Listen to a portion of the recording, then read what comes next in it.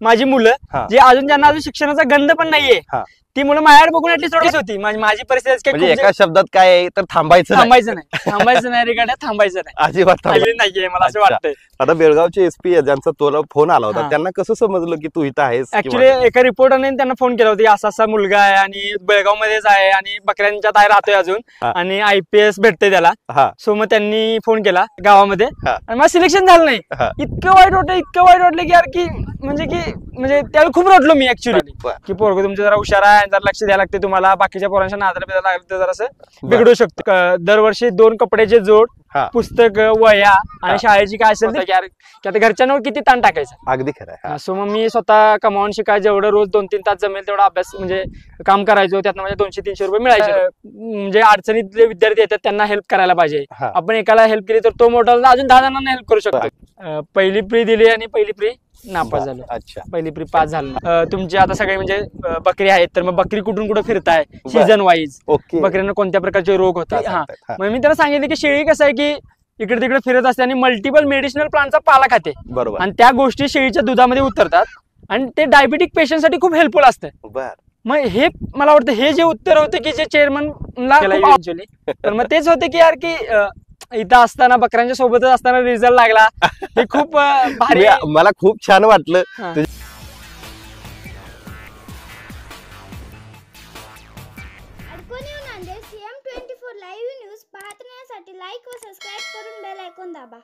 CM24 live news मध्ये आपलं स्वागत आहे. पाहूया आजच्या काळी ठळक घडामोडी. माझे वडील आर्मीसाठी ट्राय करायचे, म्हणजे आर्मीमध्ये शिपाई म्हणून भरती व्हायसाठी माझे वडील ट्राय करायचे. पण मग वडिलांनी ट्राय केलं पण नंतर एज बार झाले. म्हणजे त्यांच्या सोबतचे मित्र भरती झाले पण वडील एज बार झाले. पण मग आजोबा म्हणाले की बस झालं आता, झालं तुमचं आता, जेवढं ट्राय करायचं तेवढा ट्राय केला. पण मग आता तुम्ही चला बकरी राखायला. मग पप्पा शिकले त्यावेळी 10वी पास झाले होते पप्पा. मग पप्पा बकरी राखायला आले, म्हणजे आजोबा बकरी राखायला घेऊन आले. मग आजोबांची बहीण म्हणजे मामांची आमची आई, सो मग सोबतच बकरी असायची त्यांची. मग आम्ही लहान असायला म्हणजे पहिली दुसरी मला वाटतं शाळेलाच गेलो नसेल मी मोस्टली. गेलो तरी म्हणजे थोडंफार गेलो तर ठीक, नाही गेलो तर ठीक, की गावाकडे त्यावेळी एवढं काही सिरियसनेस नसायचं नाही. म्हणजे ठीक आहे म्हणजे काय शिक्षक मग काय विचारायचे नाहीत आणि ठीक आहे मग मोस्टली बकऱ्यातच असायचो. पण मग मला वाटतं की त्यानंतर एक 6वी-7वी पर्यंत आम्ही मोस्टली सुट्ट्यांना वगैरे 2 महिने वगैरे आलो तर बकऱ्यातच असायचो. आणि मग त्यानंतर मात्र बकऱ्यात यायचं मात्र प्रमाण कमी होत गेलं. जसं अभ्यासाची काठीण्यता वाढत गेली तसं आमचं बकऱ्यात यायचं थोडंफार कमी झालं. पण मग ज्यावेळी 8वी मध्ये NMMS ला माझं सिलेक्शन झालं. पण त्याच्या आधीची एक कल्पना आहे की 5वी मध्ये NMMS ला आपलं नवोदयला सिलेक्ट व्हायचं खूप अशी मनात इच्छा होती माझ्या. आणि माझ्या गावातले 2 विद्यार्थी पण झाले होते. पण मग ते खूप दुःख मनाशी होते की यार की म्हणजे मी वर्गात थोडं त्यावरच 1-2 नंबर मध्ये यायचो गावामध्ये आणि मला सिलेक्शन झालं नाही. इतकं वाईट वाटलं की यार की म्हणजे त्यावेळी खूप रडलो मी ऍक्च्युली. आणि माझ्या शिक्षकांना असं वाटत होतं की यार ह्याचं होऊन जाईल. म्हणजे मला सांगलीमध्ये फॉर्म भरला होता पण माझं झालं नाही. पण मग ते एक मनाशी खूप खेद होता की यार माझं झालं नाही सिलेक्शन. सो मग ती भर म्हणजे कुठेतरी भरी काढायसाठी 8वी मध्ये NMMS मध्ये माझं सिलेक्शन झालं.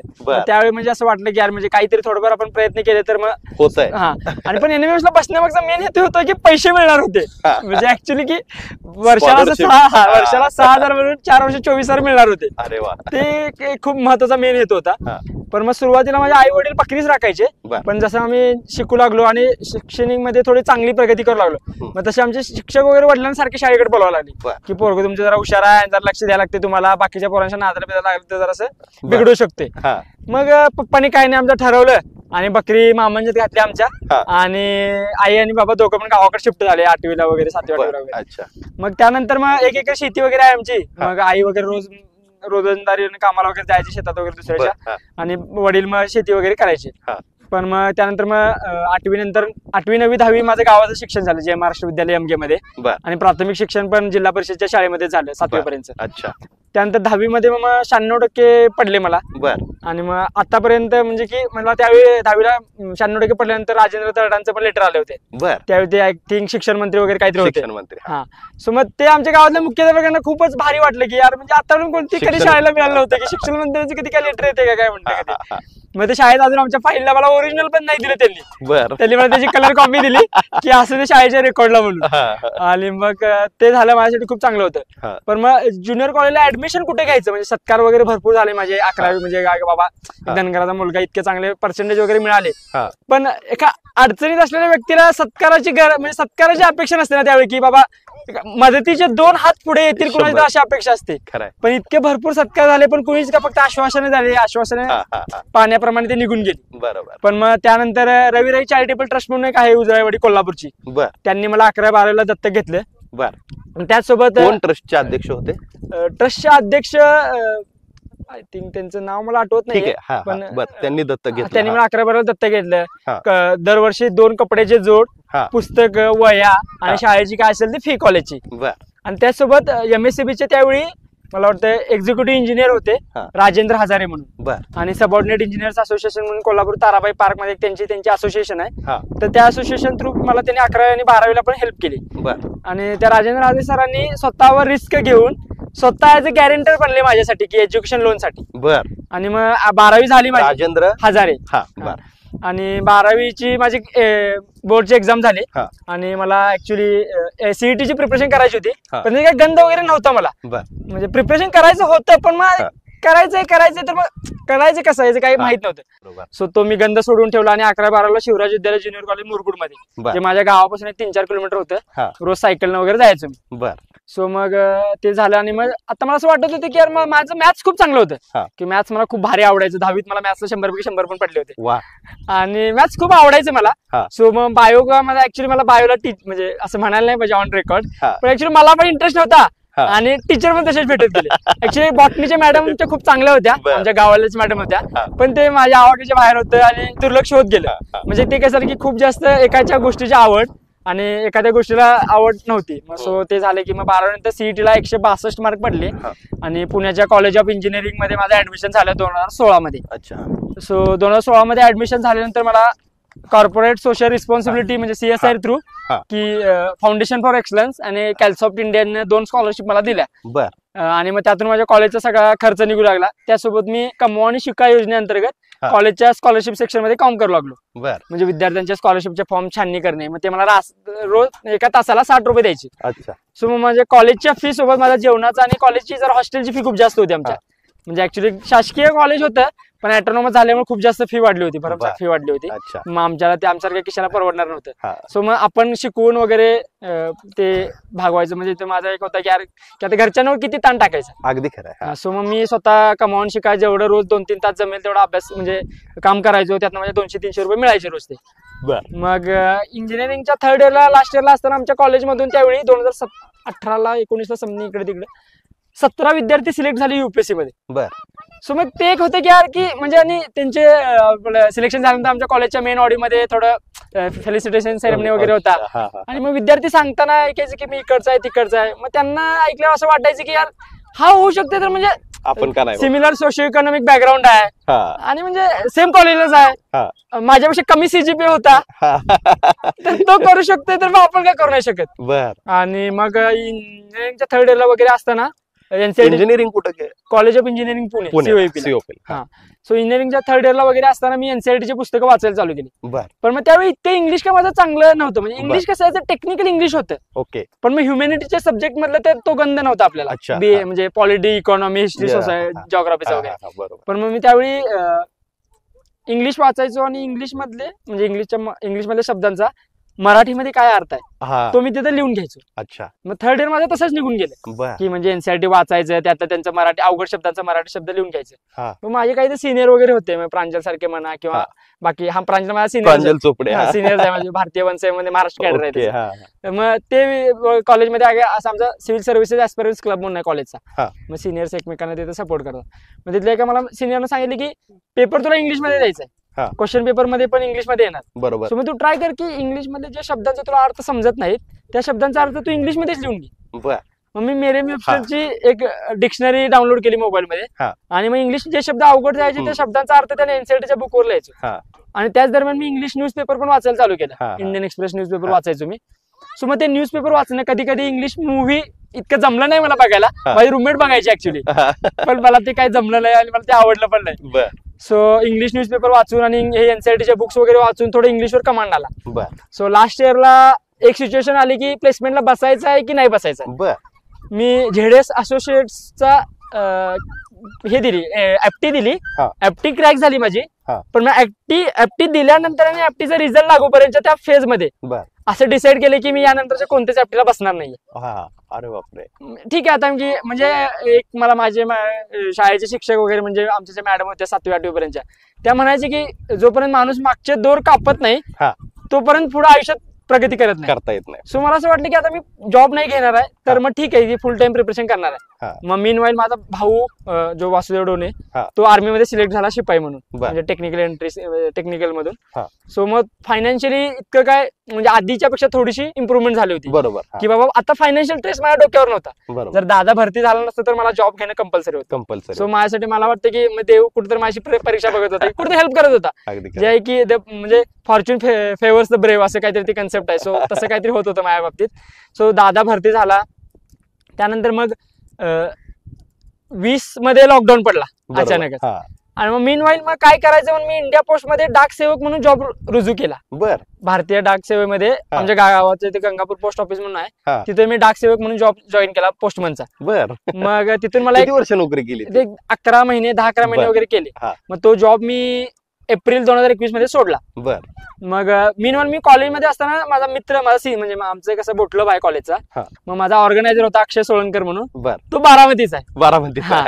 आणि तो माझा केबी होता, कायक वेळेट ऑर्गनायझर होता. हा. खूप चांगली मैत्री झाली. मैत्रीचं रूपांतर भावामध्ये रूपांतर झाला. वा. माझा मोठा भावासारखा झाला. छान. तो माझ्यापेक्षा 2 वर्ष सिनियर होता. हा. पास आउट झाला, चांगला त्याला जॉब मिळाला. बर. मग त्याचं असं इच्छा होते की यार म्हणजे आपल्या म्हणजे अडचणीतले विद्यार्थी येतात त्यांना हेल्प करायला पाहिजे. हा. आपण एकाला हेल्प केली तर तो मोठा अजून 10 जणांना हेल्प करू शकतो. अगदी खरं. सो मग तो मला दादा माझा थोडं पैसे पाठवायचा आणि अक्षय मला थोडं पैसे पाठवायचा. वा. सो मग ते एक होते की ते दोन्ही गोष्टी जुळत गेल्या मला. मग मार्च 2021 मध्ये मी जॉब सोडला. एप्रिल 2021 मध्ये मला युपीएससीच्या कोचिंगसाठी जायचं होतं. बर. पण माझा कॉलेजचा रूममेट होता जय पाटील म्हणून मंगळवेढ्याचा, 4 वर्ष माझा रूममेट होता. बरोबर. तो आणि वैभव पिंपरे म्हणून हिंगोलीचा. अच्छा. आणि माझे तिघेही रूममेट कॉम्प्युटर इंजिनिअरचे होते, हा. पण मी सिव्हिल इंजिनिअरिंगचा होतो. सो ते होतं. आणि जयचे आजोबा बीटी पाटील सर म्हणून मंगळवेढ्याच्या एका शिक्षण संस्थेमध्ये प्राचार्य होते. बर. मग त्यांनी आम्ही म्हणजे थोडं घरगुती संबंध पण आमचे झाले होते. हा. आणि जयला पण माझी घरची सगळी परिस्थिती कळाली होती की असा आहे आणि मुलगा इतक्या परिस्थितीतून पण आलाय. मग घरी त्यांच्या माझ्यासारखं डिस्कशन व्हायचं. मग आजोबा प्राचार्य असल्यामुळे त्यांचे एक विद्यार्थी होते पुण्यामध्ये, अजित शहा म्हणून. बर. त्यांची यंत्र हार्वेस्टची कंपनी आहे पुण्यामध्ये, बर. आरटीओ जवळ. हा. मग त्यांच्याकडे बोलणी केली होती की असा एक विद्यार्थी आहे आणि त्या विद्यार्थ्याला कधी फायनान्शियल गरज पडली तर तुला मदत करावी लागेल म्हणून. हा. मग त्यांनी पण काही सरांचा शब्द नाही पाडला. हा. आणि ज्यावेळी मी आणि जय म्हणजे आजोबांचा नातू हा. आणि मी एकत्र युपीएससी प्रिपरेशन करायला दिल्लीसाठी निघून गेलो. बर. एप्रिल 2021 मध्ये. बर. आणि मग अजित शहा सरांनी मला त्यावेळी एका फोनवर 2,35,000 रुपये अकाउंटवर जमा केले. वा. सो मग ते काय नाव त्यांचं? अजित शहा म्हणून यंत्र हार्वेस्ट कंपनी आहे त्यांची पुण्यामध्ये. हा. हा. सो मग ते एक होते की यार आपल्यासाठी भरपूर लोक हेल्प करू लागले आपल्याला. त्याच्यामुळे जबाबदारी वाढली. म्हणजे रिस्पॉन्सिबल म्हणजे ऍक्च्युली असं होतं की माझ्या घरून मला काहीच ताण नव्हता. हा. म्हणजे घरून मला कधीच विचारलं नाही की तू 10वी झाल्यानंतर काय करणार आहेस. बरोबर. तो निर्णय मलाच घ्यावा लागला. अच्छा. 12वी झाल्यानंतर काय करणार आहेस म्हणजे ऍक्च्युली असं होतं की घरच्यांना विचारलं तर घरचे म्हणाले आता तू शिकलाय ज्यादा का आम्ही ज्यादा शिकलोय, खरं. अशी परिस्थिती होती. सो निर्णय सगळे माझ्याकडे होते की माणसाला असं म्हटलं जातंय की जास्त दबाव दिला की माणूस इरिस्पॉन्सिबल बनतो. बरोबर. आणि कमी ताण असला की माणूस जास्त रिस्पॉन्सिबल बनतो. सो माझ्या तसं घडत गेलं, जबाबदारी वाढत गेल्या. सो दिल्लीमध्ये नेक्स्ट आयएस क्लास जॉईन केला मी. एप्रिल 2021 पासून 2022 पर्यंत 1 वर्षाचा क्लास जॉईन केला. मे 2022 मध्ये युपीएससीची पहिली प्री दिली. पहिली प्री दिली आणि पहिली प्री नापास झालो. अच्छा. पहिली प्री पास झालो. तो फर्स्ट अटेम्प्ट होता माझा. पण त्याच वर्षी सीडीएस ची प्री दिली मी. कंबाईंड डिफेन्स सर्व्हिसेस म्हणून लेफ्टनंट म्हणून आर्मी मध्ये जॉईन व्हायची प्री दिली होती. ती प्री निघाली माझी. आणि माझ्या सीडीएसचा इंटरव्ह्यू होता. पण मग त्याच दरम्यान 2023 मध्ये मी दिल्ली सोडलं कारण दिल्लीत राहण्याचा खर्च खूप जास्त होता आणि तो माझ्या खिशाला परवडण्याजोगा नव्हता. बरोबर. आणि दादाला पण पेमेंट किती असणार आहे, शिपाई म्हणून आर्मीत काय तुम्हाला माहिती आहे कशी कंडिशन आहे, ती पण खूप चांगली कंडिशन नाही आहे इंडियन आर्मीतल्या शिपाईंची. सो दादा मला थोडं पैसे पाठवतात. सो दादाचं पण म्हणणं होतं की आता झालाय क्लास वगैरे पण दिल्लीमध्ये राहून काय करायचं आता. आणि सगळ्यात वर्स्ट थिंग दिल्ली बाबतीत हे आहे की वातावरण इतकं खराब आहे की भाई नाहीच मॅनेज करू शकत. गरमीमध्ये इतकी गरमी आहे की नाही सहन करू शकत हो. आणि थंडीमध्ये इतकी थंडी आहे की राहूच नाही शकत. हा. आणि आम्ही ऍक्च्युली दिल्लीमध्ये लाईट येऊ नये म्हणजे लाईट बिल येऊ नये हा. आणि ते 300 युनिट 200 युनिट फ्री असायचे ना. अरविंद केजरीवालची कृपा हो. होती आमच्यावर. आणि 300 युनिटच्या पुढे क्रॉस होऊ नये म्हणून आम्ही एसी पण नाही लावायचो. हा. सो ते आम्ही झालं थोडं मॅनेज झालं. मग दिल्ली सोडली. दिल्ली सोडली मी. बर. मग त्या मीनवाईल पिरियड मध्ये मेन्सचा थोडी प्रिपरेशन केली. माझ्या मित्रांना फोरम आयशी मेन्सची टेस्ट सिरीज लावली होती जय पाटीलनं. त्याची मला थोडी हेल्प झाली. सो मग मेन्सच्या सेक्शनल टेस्ट लिहून थोडंफार मेन्सच्या आन्सर रायटिंगची प्रॅक्टिस झाली. मग फेब्रुवारी 2023 मध्ये ज्ञानप्रबोधिनी पुण्यामध्ये मला ऍडमिशन पाहिजे होते. आणि पण मग ऍडमिशन ज्ञानप्रबोधिनीमध्ये मिळणं म्हणजे खूप कठीण टास्क होता. हो अगदी. आणि तिथली ऍडमिशनची प्रोसेस तिथले विवेक कुलकर्णी सर आणि सविता कुलकर्णी मॅडम ते दोघं जण बघतात. आणि म्हणजे असं आहे की त्यांचं स्वतः ते इंटरव्ह्यू घेतात विद्यार्थ्याचा. म्हणजे स्टडी रूमला ऍडमिशन देण्याची त्यांची अनोखी प्रोसेस आहे. त्यांना एखादा विद्यार्थी पटला तरच ऍडमिशन देणार. तिथे वशिला वगैरे काय चालणार नाही की म्हणजे तुम्ही एकदा सरांना पटलं तर ऍडमिशन नाही तर नाही. मग माझे सिनियर म्हणजे प्रांजल चोपडे म्हणा माझा सिनियर होता. आशिष पाटील, प्रतीक फाळके, सुमित साळके वगैरे, सौरभ देशपांडे वगैरे माझे सिनियर लायब्ररीमध्ये होते. सो माझं असं म्हणणं होतं की आता सिनियर आहेत. आणि सीव्हीपीच्या मुलांचं कसं आहे की एक 4 वर्ष त्याच मुलांच्या मध्ये राहिल्यानंतर एक IQ डेव्हलप होतो. नंतर असं होतं की बाकीच्या मुलांच्या मध्ये थोडं मिक्सअप होणं डिफिकल्ट होऊन जातं. बरोबर. मग थोडं वाटलं की यार सिनियर आहे थोडं मार्गदर्शन पण करतील. प्रांजलला सांगितलं की यार थोडं तू बोल सरांशी. मग प्रांजल सरांशी बोलला थोडं विवेक कुलकर्णी सरांशी. आणि मग सरांनी भेटायला मला बोलवलं. मग माझं प्रीचं वगैरे मार्क प्रोबेबल त्यावेळी रिझल्ट लागला नव्हतं कारण UPSC असं आहे की प्री आता दिली की पुढच्या वर्षी रिझल्ट लागतो. मग सरांनी मला विचारलं. मग सरांनी मला ऍडमिशन दिलं. ऍडमिशन दिल्यावर मला खूप भारी वाटलं कारण सगळे मला विचारायचे की भाई तुझी प्री वगैरे क्लिअर नाही झाली तरी सरांनी तुला कसं काय ऍडमिशन दिलं. मग मला ऍक्च्युअली त्यावेळी काहीच कळलं नाही. मग मी सरांना म्हणायचे काय माहित राव कसं काय ऍडमिशन दिलं मला सरांनी काय माझ्यात बघितलं काय माहित नव्हतं. सो 2000 मग माझा CDSC जी मी प्री दिली होती त्याचा इंटरव्ह्यू माझा एप्रिल 2023 मध्ये होता. आणि माझी UPSC ची प्री मे 2023 मध्ये होती. मग हे मला थोडं कन्फ्युजन क्रिएट झालं की यार काय करायला पाहिजे काय नाही करायला पाहिजे जायला पाहिजे नाही जायला पाहिजे. कारण इंटरव्ह्यू SSBचा इंटरव्ह्यू म्हणजे मुलं त्यासाठी आयुष्य वाया घालवतात. बरोबर. आणि माझ्या हाताची संधी आलेली आणि मला संभ्रम होता की जायचंय की नाही जायचं. मग मी आमच्या त्या सविता कुलकर्णी मॅडम होत्या त्यांना म्हणजे आम्ही त्यांना ताई म्हणतो आवडीने. आणि मग ताईंना वगैरे भेटायला गेलो की त्या सायकोलॉजी मध्ये त्यांची PhD आहे. मग त्यांना भेटायला गेलो आणि माझी सगळी परिस्थिती सांगितली की असं झालंय असं झालंय. मग ताईंनी मला त्यावेळी सांगितलं की मला आता ह्या सिच्युएशनला असं दिसतंय की तुझी UPSC ची प्री निघते. सो तू डिसाईड कर की जायचं की नाही जायचं. कारण तू गेलास तर तुझे ते जायचं यायचे 2-4 दिवस. जर स्क्रीनिंग झालास तर ते पुढचे 5 दिवस 10 दिवस गेले. आणि तो क्रिटिकल पिरियड होता. एप्रिलच्या एंड मध्ये माझा इंटरव्ह्यू आला होता. सो म्हणजे हा निर्णय म्हणजे तुझ्या आयुष्यातला सगळ्यात मोठा निर्णय होता. म्हणजे त्यावेळेस जर तू तिकडे इंटरव्ह्यूला जात होता तर मग इकडे तुझी माहित नाही म्हणजे की सांगता येत नव्हतं. बरोबर. सो मग एप्रिल 2023 मध्ये माझा दुसरा अटेम्प्ट होता. प्री दिली. त्यावेळी माझी सिव्हिल सर्व्हिसेसची पण प्री निघाली आणि फॉरेस्ट सर्व्हिसेसची पण प्री निघाली. मीनवाईल मला प्रिपरेशन करताना डेंग्यू झाला सिव्हिलच्या मेन्सच्या दरम्यान. पण ठीक आहे एक्सक्यूज नव्हतं. मला 675 मार्क पडले. तर मला समथिंग कट ऑफ 30-35 मार्कांवर वगैरे राहिला सिव्हिलचा कट ऑफ. त्यानंतर मग सिव्हिलला झालं नव्हतं एक खंत होती आणि आजारी पडलो होते एक खूप जास्त खंत होते की माझा दादा नेहमी म्हणायचा अभ्यास कमी कर आजारी पडू नकोस. कारण तो थोडा फिजिकल फिट असायचा आणि खूप मेंटेन असायचं त्याचा डाएट वगैरे खूप मेंटेन असायचं त्याचा. सो मी फॉरेस्टच्या मेन साठी नागपूरला गेलो. मग प्रांजल त्यावेळी फॉरेस्टचा रिझल्ट लागला होता प्रांजलचा. IFF झाला होता आणि प्रांजलला मला खूप हेल्प केली म्हणजे ऑप्शनल कोणता घ्यायचा ऑप्शनलला कसा अभ्यास करायचा. त्या 50 दिवसामध्ये मी 2 ऑप्शनलचं प्रिपरेशन केलं आणि पेपर देऊन आल्यानंतर मला असा कॉन्फिडन्स होता की यार ऍटलीस्ट सिलेक्शनचं फायनल राहू दे पण ऍटलीस्ट इंटरव्ह्यूचं ते कॉल येईल. आणि नंतर मला समजलं की माझा इंटरव्ह्यूचा कॉल 3 मार्कांना राहिला. सो ज्यावेळी माझा फॉरेस्टचा रिझल्ट लागला 15 दिवस ऍटलीस्ट मी कोम्यामध्ये गेल्यासारखं होतं की म्हणजे ऍटलीस्ट खूप डिसअपॉइंटेड झालो होतो. माझ्या सोबतच्या मित्रांचं झालं होतं जे आम्ही एकत्र करायचं. बरोबर. मग 2023 मध्ये मग माझा मित्र एकदम खूप चांगला मित्र निशांत देशमुख IFS झाला इंडियन फॉरेस्ट सर्व्हिस मध्ये त्याचा चांगला रँक आला. आणि अजून एक माझा मित्र होता अक्षय वाळे म्हणून त्याचा मग रँक आला. मग जवळच्या मित्रांचा रँक आला आणि आपला आला ही खंत होती. 2000 पुन्हा एकदा मला जिद्द पण तयार होती. मग निशांत मला खूप मोटिवेट केलं की अरे ठीक आहे यार काय नाही म्हणजे success is a temporary hard work is permanent. हा त्याचा नेहमी म्हणायचा की. आणि मग त्यांना ते मला सांगितलं की यार काय नाही पुढच्या वेळी ट्राय कर. मग निशांत पण फॉरेस्ट झाला होता पण त्याला IAS बनायचं होतं तो रिपीट करणार होता. सो मग आम्ही एकत्र रिपीट केलं. त्याची पण प्री निघाली, तो तर मास्टरच होता प्रीचा, माझी पण प्री निघाली. प्री झाल्यानंतर माझं मेन्सला मुंबईला द्यायला गेलो आम्ही. त्यावेळी मुंबईला मेन्स दिली. मागच्या वेळी माझा ऑप्शनल खराब झाला होता. 2023 म्हणजे 23ला ऑप्शनलला मार्क कमी पडले होते, 215 पडले होते मला. जर मला ऑप्शनलला मार्क मिळाले असते 250 वगैरे, तर त्याच वेळी मी इंटरव्ह्यू दिला असता. पण मला ऑप्शनल अनफॉर्च्युनेटली माझा पेपर 2चा अभ्यास झाला नव्हता. सो माझं गंड होते. सो मग 2024च्या मेन्सला मी ऑप्शनल इतका भारी केला होता की खूप भारी केला होता. आणि जीएसचा मी फक्त एकच पेपर मेन्सचा फुल लेन लिहिला होता, GS 1चा. त्यानंतर मी कोणते जीएसचे पेपर लिहिले नव्हते. पण ऑप्शनलचे मी 9 पैकी 7 वगैरे पेपर लिहिले होते. कारण ऑप्शनल मध्ये थोडंसं मला की बॅकफुटवर आहे असं वाटत होतं. पण अनफॉर्च्युनेटली असं झालं की जीएसचे पेपर माझे सगळे कव्हर झाले. एसए पण ठीकठाक गेला होता. पेपर 1 ऑप्शनलचा पण चांगला गेला होता, जो की माझा स्ट्रॉंग पॉईंट होता. त्यावेळी मला 2023च्या मेन्सला पण चांगले मार्क पडले होते. मग मला असं वाटत होतं की त्या मार्कांमध्ये अजून एक 10-15 मार्कांची वाढ होऊन जाईल, म्हणजे तो 150-160 पर्यंत जाईल. पण पेपर 2 इतका रॅन्डम निघाला की खूपच अवघड निघाला. पेपर देऊन मला असं झालं की अरे भाई साहेब काय इतका अभ्यास केला आणि दरवेळी स्ट्रेट फॉरवर्ड पेपर असायचा, आणि आता खूपच रॅन्डम पेपर झाला. मग मला ते खूप वाईट वाटलं. मीनवाईल माझा सीएपीएफचा प्री निघाली, माझी सीएपीएफची, म्हणजे त्यांची प्री आणि मेन्स एकाच दिवशी असतात. मग आता रिझल्ट अनफॉर्च्युनेटली माझी फॉरेस्टची प्री निघाली नव्हती. मग आता काय करायचं म्हणून मी सीएपीएफच्या फिजिकलची तयारी चालू केली.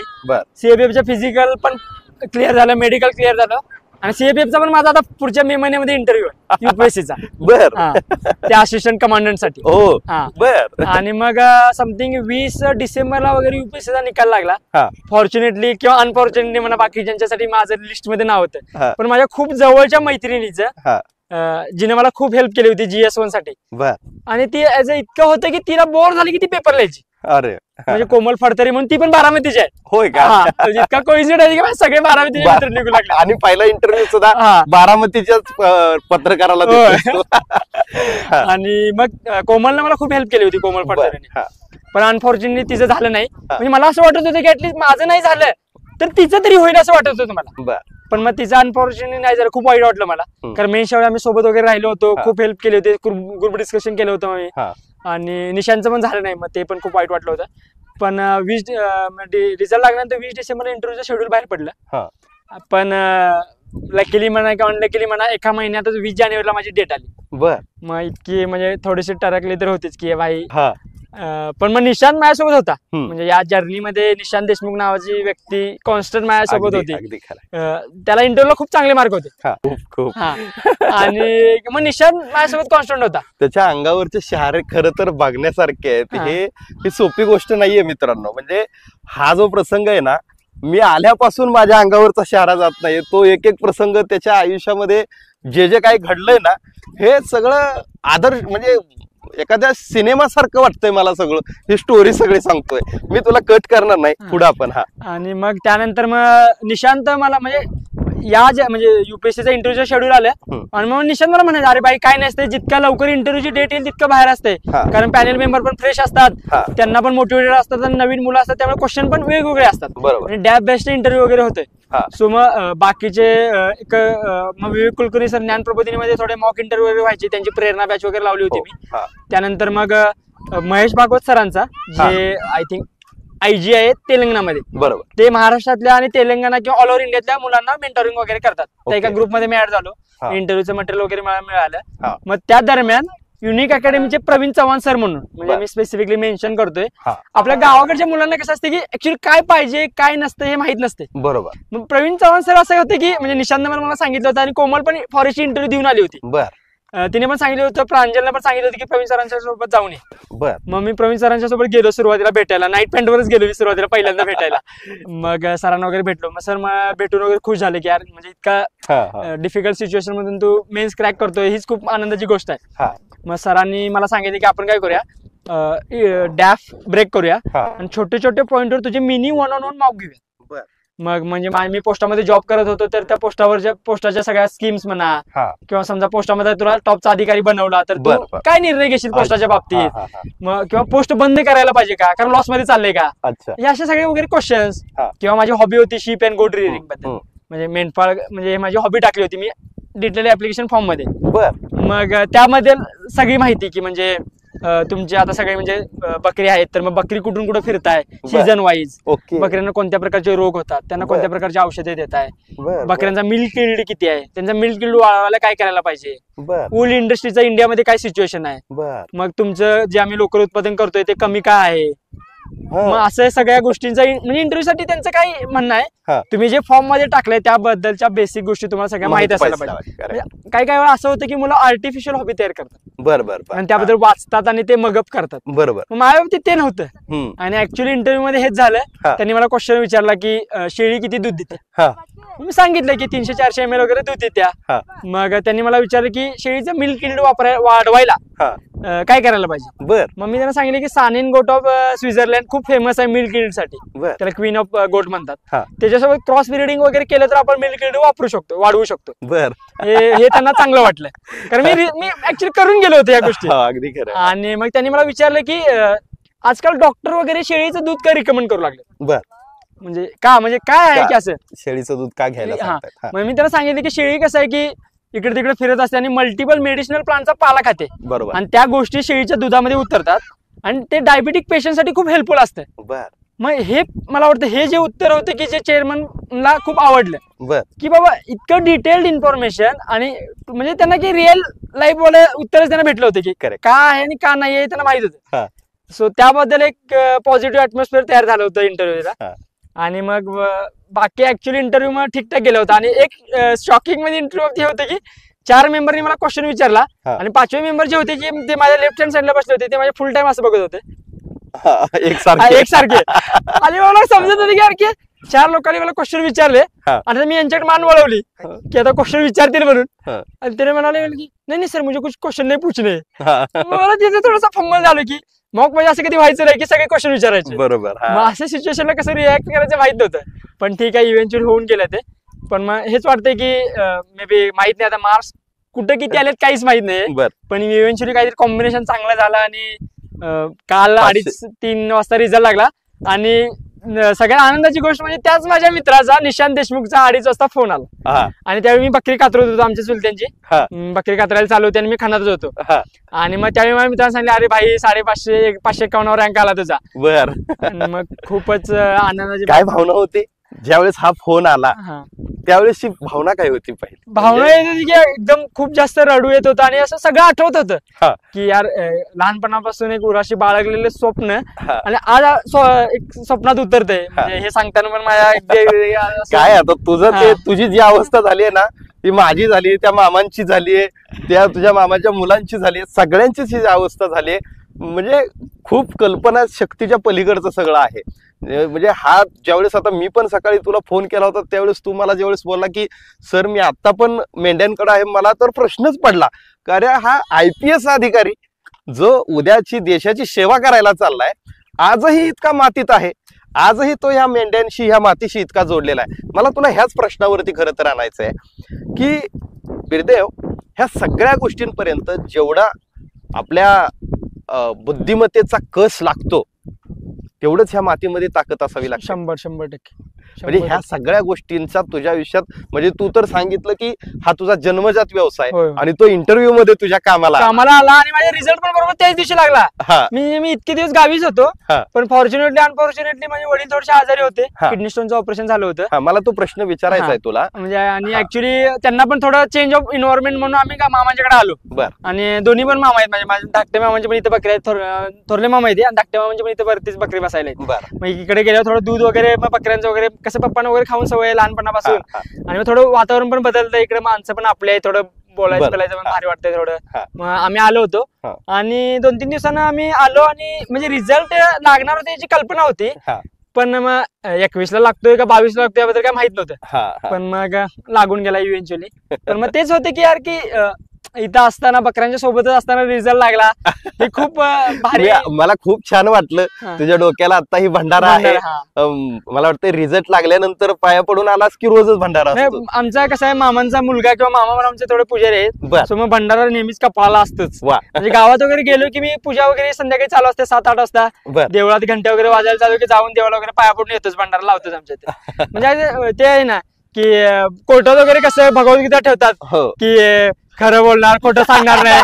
तसं आमच्या धनगर समाजाच्या बाबतीत असं आहे की भंडाऱ्यावर हात ठेवून खरं सांगणार, भंडाऱ्यावर हात ठेवला की कोण खोटं बोलणार नाही. बरोबर. मग हे एक होतं की, आणि तेच की म्हणजे यातून सांगायचा उद्देश हाच की माणसाने कितीही मोठे जरी झालं तर आपल्या परिस्थितीची जाणीव असलं पाहिजे, आणि मातीचे जे आपलं जे नातं आहे ते नेहमी कायम राखलं पाहिजे. कारण धरणी माता ही जी एकमेव आहे जी आपल्या आई नंतरची जी आपले चांगले चिंतत असते. काय आता ह्या शब्दांना म्हणजे कुठे ते शब्द आहेत की अगदी एखाद्या म्हणजे कुठल्याच माझ्या आजपर्यंतच्या कोशातलं, मी सुरुवातीलाच सांगितलं की माझ्या आयुष्यातला हा सगळ्यात शेवटचा असा इंटरव्ह्यू असेल की माझ्याच लक्षात राहणार आहे. की म्हणजे तुझ्या डोळ्यातलं पाणी तर मी खरं सांगू का तुला, मी ज्यावेळेस तुला पाहिलं ना मैदानात, ज्यावेळेस तू मला घ्यायला आला होता, मला गाडीतच गहिवरून आलं की मी आज अशा व्यक्तीला भेटतोय की ज्याच्याकडून ह्या देशातली, ह्या महाराष्ट्रातली हजारो मुलं त्याच्याकडून शिकणार आहेत, त्याच्याकडून म्हणजे काय म्हणतो इन्स्पायर होणार आहेत आणि पुढे जाणार आहेत. आजही तू इतक्या साध्या लेवलनी किंवा एवढं साधेपणा, तू IPS अधिकारी झालायस, फोन येत आहेत तुला, स्विच ऑफ झाला तुझा फोन अक्षरशः. मला तो फोनचा एक किस्सा कळाला. तो फोनचा किस्सा काय होता की आता हा फोन पण तुझा नाहीये स्वतःचा, काय विषय येतो नेमका, काय झालं की मी इंटरव्ह्यूला नंतर मी ज्ञानप्रबोधीला अभ्यासाला असताना रात्री 11 वाजता अभ्यास करून जाताना राधिका भिडच्या समोरून मला फोन चोरीला गेला, हाताने काढून घेऊन गेले. ऍक्च्युली आता ही गोष्ट म्हणजे मी घरी आज आई-वडिलांना आणि दादाला सांगितलेलं नाहीये. त्यांना एवढं सांगितलं की मला फोन बंद पडलाय. आणि मग माझा एक मित्र मयूर जोडके म्हणून, तो बीडचा आहे. अच्छा. सो तो म्हणाला की माझ्यावर दुसरा फोन आहे आणि हा फोन तू वापरू शकतोस. आणि त्यावेळेस असं होतं की यार की थोडं म्हणजे CFF पण माझा इंटरव्ह्यू होता, पण माहित नव्हतं. आता UPSC कसं आहे की खूप अनसर्टन आहे की म्हणजे, पण यावेळी इंटरव्ह्यू देऊन आल्यानंतर मला एक अशी फिलिंग होती की काहीतरी होऊन जाईल. फोन चोरीला गेल्यावर पण तू पोलीस स्टेशनला गेला, तिथं पण काय झालं होतं ऍक्च्युली म्हणजे सुरुवातीला आम्ही पोलीस स्टेशनला गेल्यानंतर त्यांनी तर आम्हाला काय म्हणजे भावच नाही दिला. मला ठीक आहे जावा. म्हणजे तू शेळ्यांच्या दुधाचं एवढं महत्व सांगितलंय आणि मावशींनी एवढं गरम करून आणलेलं दूध आहे शेळ्यांचं, आपण घेऊयात. आणि शेळ्यांचं दूध घेत आजचा हा इंटरव्ह्यू. मला वाटतं मी खूप लहानपणी शेळ्यांचं दूध पिलं होतं, त्याच्यानंतर आता मला वाटतं तू जे सांगितलं त्याचं महत्व परत सुरू करावं लागेल. 100%. ऍक्च्युली मला कॉलेजमध्ये असताना आमच्या एका सरांनी बोलून घेतलेलं की तू बघ काहीतरी रिसर्च पेपर वगैरे पब्लिश करतोस का बघ या गोष्टीवर, की म्हणजे थोडंफार तुमच्या कशा घोंगडी थोडी रफ लागतात, त्यामुळे तुमचं मार्केट नाहीये आणि थोडं दुधाला तुमचा वास येतोय, मग या गोष्टीवर थोडं रिसर्च वगैरे करतोस का बघ तू. पण मग या गोष्टीनंतर मला असं समजून आलं की हा वास कसा आहे की मातीमध्ये शेळ्या वगैरे जे लघवी करतात ना त्याच्यामध्ये बसल्यामुळे हा वास येतोय. अच्छा. सो मग फिरतं जे आहे ना, मग काही आम्हाला काही वाटत नाही ते वासाचं, म्हणजे आम्हाला कसं ते आता रुटीन मला काहीच वाटलं नाही, लहानपणापासून कधीच काय वाटलं नाही की वास येते वगैरे काहीच नाही. म्हणजे आता मामांच्या सोबत आम्ही दूध प्यायला वगैरे जाणं म्हणा किंवा काही पण केव्हा मटण कट करताना म्हणा किंवा मटण खाताना म्हणा कधीच काय वाटलं नाही आम्हाला. पण मग बाकीच्या लोकांसाठी असं होतं की वास महत्वाचा नाहीये की, पण त्यामध्ये ते मेडिसिनल प्रॉपर्टीज आहेत ते महत्वाचे आहेत. मग त्या गोष्टीला आपण महत्व दिलं पाहिजे, बाकीच्या गौण गोष्टींच्याकडे दुर्लक्ष करायला पाहिजे. बरोबर. मला आता तेच आहे की येणाऱ्या काळामध्ये आता ट्रेनिंगचा मोस्टली जुलै मध्ये वगैरे फाउंडेशन कोर्स लबासनाला जॉईनिंग होईल. अच्छा. आणि मग तिथून त्यानंतर मग डिसेंबर मध्ये वगैरे नॅशनल पोलीस अकॅडमी हैदराबाद मध्ये ट्रेनिंग IPS ट्रेनिंग चालू आहे. हो. आणि परत ट्रेनिंग ऑफिसर म्हणून मग तुमचं एक 1.5 वर्ष केडर कुठलं मिळतं ते बहुतेक सरकारच ठरवतं की मोस्टली आमच्याकडून प्रिफरन्सेस मागून घेतात ते. तुला कुठला चॉईस असेल? मला होम कॅडर म्हणून मी महाराष्ट्र टाकलंय, पण मग महाराष्ट्र किंवा म्हणजे पहिल्या तर माझी सिच्युएशन अशी आहे की ऑल इंडिया सर्व्हिसेस जॉईन करतोय, तर भारतातल्या कोणत्याही देशामध्ये सर्व्ह करायला मला आवडेल राज्यात. कारण या म्हणजे UPSC करण्याचा हेतूच हा होता की to serve for the larger good of the society. म्हणजे जे की आपण सहन केलंय, म्हणजे कसं असतं की लोकांना काय वाटत, लोक आता आपल्यासारख्या साध्या लोकांची काय अपेक्षा असते की यार एखाद्या ऑफिसमध्ये गेलो तर त्यांचं इतकंच म्हणणं असतं की यार माझं काही ऐकून घ्यावं कोणतरी. माझा मोबाईल चुरला गेला होतं, माझं असं म्हणणं होतं की आता ठीक आहे मग म्हणजे मला एवढं आता मिळाला पण माझं ऐकून तरी घ्या, परिस्थिती चालते की माझं ऐकून तरी घ्या. मग त्यानंतर पण मग दुसऱ्या दिवशी मात्र माझा मित्र होता मयूर जोडकेंनी, इकडे तिकडे वगैरे त्याचे थोडे जरा कॉन्टॅक्ट PR रिलेशन जरा चांगले आहेत, त्याने फोन करून वगैरे मग आम्हाला थोडंसं गेलं, मग आम्ही सरळ तिथे भेटलो, मग आम्ही थोडी दाद घेतली, मग त्याने आमची FIR वगैरे जाणून घेतली, मग त्या पोर्टलवर वगैरे अपलोड केला, पण तो अजून काय भेटला नाही मोबाईल. पण ठीक आहे, त्यांची काही चुकी नाहीये, कारण चोरट्यांनी काय केलं असेल काय माहित नाही त्याचं. पण मग हेच आहे की म्हणजे शासकीय लोकांचं एवढंच म्हणणं असतंय की यार आम्हाला काहीतरी ऐकून घ्या, काहीतरी दाद द्या. हम्म. सो मग मी आयुष्यात मग देवाकडून हीच प्रार्थना करतो की जे ग्राउंड टू द सिच्युएशन म्हणजे आता मी राहतोय, हा. भविष्यात पण चांगली जे पद मिळाल्यानंतर पण याच प्रमाणे Yes. राहायला हीच देवानं मला संधी द्यावी, हीच मी देवाकडे अपेक्षा करतो. शेवटी काय ते आपल्या हातातच राहणार हा. आहे. पण आतापर्यंतच जे यश आहे ना वीरदेव, हे गगनाला गवसणी घालणं काय असतं हे मात्र तू दाखवून दिलंस. बरेचसे मित्र आहेत तुझे की जे आज तुला संपर्क करतायत. मला ह्या मित्रांनाही सांगायचं, अरे वीरदेवचा आहे ना मोबाईल झालाय स्विच ऑफ. म्हणजे आता योगायोगानं असं की माझ्याकडं हे होतं Power bank पॉवर वगैरे बँक होती, आता पॉवर बँक चार्जिंगला लावलाय. म्हणजे अशी परिस्थिती आता इथं वीरदेवचे इतके कॉल, मी सकाळपासून इथं आल्यानंतर मला ऍड्रेस सापडत नव्हता. आता इथं ह्या बेळगाव मध्ये आलो, माळ रानाचा परिसर, मी कसा तरी इथं पोचलो आणि वीरदेवचा मोबाईल स्विच ऑफ झाला. एवढी गंमत झाली. पण योगायोग होता की मी अतिशय मनापासून भेटायला आलो होतो. हेच म्हणजे आपली भेट झाली तर हेच होते की तुम्ही हा. खूप मनापासून भेटायला आला होता. आणि हे भेट म्हणजे तेच असते की म्हणजे आपण किती इंटेन्सिव्हली एखाद्या गोष्टीसाठी इच्छा करत असतोय, हा, म्हणजे correct. ती गोष्ट आपल्याला भेटत राहते. म्हणजे भेटत तुमच्या बाबतीत छोट्या क्षणासाठी काय असं ना, माझी भेट होणं हो. ही तुमची खूप बॉटम ऑफ द हार्ट पासून Yes, इच्छा होती. yes, अगदी किंवा correct. माझी इच्छा काय होती की बाई युपीएससी मध्ये मला सक्सेस मिळवायची आहे, ती माझी खूप बॉटम ऑफ द हार्ट पासून असं. इच्छा होती. मग ते असते ना की डेस्टिनी तुम्हाला ट्राय करत राहत्या हा. की तुम्हाला तुमच्या डेस्टिनी पर्यंत पोहोचायचं. सो मग त्याच गोष्टी असतात की अजून किती दिवस? हा, मला तेच सांग ना. आता लोक तुला बोलवणार आहेत, सत्कार करायचा आहे, शुभेच्छा द्यायच्यात तुला, कधी लोकांसाठी उपलब्ध होणार ऍक्च्युअली आहे? तर जायचं तर होतं, हम्म. पण मग गावातले थोडे जे ते तरुण की त्यांना असं वाटतं की गावातल्या काही विद्यार्थ्यांनी किंवा आजूबाजूच्या गावातल्या विद्यार्थ्यांनी तुझ्याकडून प्रेरणा हा. घेऊन परत अभ्यासाला चालू करावं. हा. सो मग तुझं जे सेलिब्रेशन आहे ते गावाचं सेलिब्रेशन बनवू दे थोडं. अर्थात. बाकीच्या त्या मुलांना पण तुझ्याकडून प्रेरणा होऊ दे. आणि माझा अभ्यास करण्यामागचा पण हेतू हाच होता. हा. म्हणजे मी संकुचित वृत्ती घेऊन अभ्यास चालू केला होता. म्हणजे टू बी ऑनेस्ट हा. की माझं असं होतं की ऍटलीस्ट मी थोडाफार सक्सेसफुल झालं तर माझ्या समाजातली थोडं माझी मुलं हा. जे ज्यांना अजून शिक्षणाचा गंध पण नाहीये, हा. ती मुलं माझ्याकडे बघून ऍटलीस्ट थोडंफार शिकतील तरी. पण माझा आता हे भेटल्यानंतर असं वाटतं की फक्त माझा समाजच नाहीये की जे मागासलेले सगळे जे विद्यार्थी आहेत, आदिवासी आहेत किंवा एससी मधले लोक आहेत किंवा अजून मागासवर्गीय आहेत किंवा की जे मराठा समाजामधले किंवा जे ओपन कॅटेगरी मधले ते आर्थिकदृष्ट्या जे दुर्बल लोक आहेत, हा. की ज्यांच्याकडे स्वप्न आहे पण बाकीचे सिच्युएशन त्यांना सपोर्ट करत नाही, रोखून ठेवतात. रोखून देतात. त्यामुळे मला विद्यार्थ्यांना एवढं सांगायचं आहे की तुमचे जे प्रयत्न आहेत तेच तुम्हाला पुढे घेऊन जाणार आहे. अगदी खरं आहे. माझी पण परिस्थिती तुमच्यासारखीच होती. माझी परिस्थिती म्हणजे एका शब्दात काय आहे तर थांबायचं नाही. थांबायचं नाही रेगाड्या, थांबायचं नाही, अजिबात अजिबात थांबायचं थांबायचं. नाही. काय यार, हे सगळं स्वप्न होत असतं ह्या सगळ्या गोष्टी. आणि आता सत्काराची वगैरे सगळी तयारी होईल. म्हणजे रविवारी मिरवणूक गावाची काढायची अशी प्लॅनिंग चालू आहे. So मग तू रविवारी सकाळीच गावाला आहे अशी गावाला सगळ्यांची एक इच्छा आहे. बर. मग आता इतकं आपल्यासाठी करतायचं, त्यांच्या इच्छेला आपण मान दिला पाहिजे. सो मग आता तोपर्यंत इथंच राहायचा प्लॅन आहे आपला तरी. आता हे मामा लोकांना ह्यांना माहितीये का तू केवढा साहेब झालाय ते? त्यांना मी फक्त असं ऍक्च्युली सकाळी मला बेळगावच्या एसपीचा फोन आला होता, बर भीमाशंकर सरांचा, बर की येऊन ऑफिसला भेट देऊन जाऊया. बर. म्हणजे थोडा जे टीन जॉब मी त्यांना थोडं की बाबा कसा असतंय बघायसाठी मी आमच्या चुलत्यांना आणि मामांना एसपी ऑफिसला घेऊन गेलो होतो. अरे वा, आज आज. हा, बर. सोबत त्यांना दाखवली की अरे की कसं असते काय की अजून एक 3-4-5 वर्षानंतर आपल्याला कोणतरी एसपी झालं तर अशी सिच्युएशन असेल बाबा, हा. सांगून तरी दिलं. हा. त्यांना इतकं एवढं माहिती आहे की त्यांचा भाचा काहीतरी खूप मोठा अधिकारी झालाय, बर. पण किती मोठे म्हणजे त्यांनी रिस्पॉन्सिबिलिटी जबाबदारी असतात त्या अधिकाऱ्यांच्यावर हो, किंवा हो, हो. हे अजून कल्पना आलेली नाहीये मला असं अच्छा. वाटतंय. आता बेळगावचे एसपी ज्यांचा तुला फोन आला होता हा. त्यांना कसं समजलं की तू इथं आहेस? ऍक्च्युली एका रिपोर्टरने त्यांना फोन केला होता, असा असा मुलगा आहे आणि बेळगाव मध्येच आहे आणि बकऱ्यांच्यात आहे राहतोय अजून हा. आणि IPS भेटते त्याला. हा. सो मग त्यांनी फोन केला हा. आणि सरांनी माझा ऍक्च्युली फोन घेतला. सरांनी मला पुस्तक गिफ्ट पण करून दिलं, वा. फोटो पण काढले माझ्यासोबत आणि सरांनी मला हे पण सांगितले माझा नंबर आणि सेव्ह करून घ्या, तुझा पण नंबर दे मला.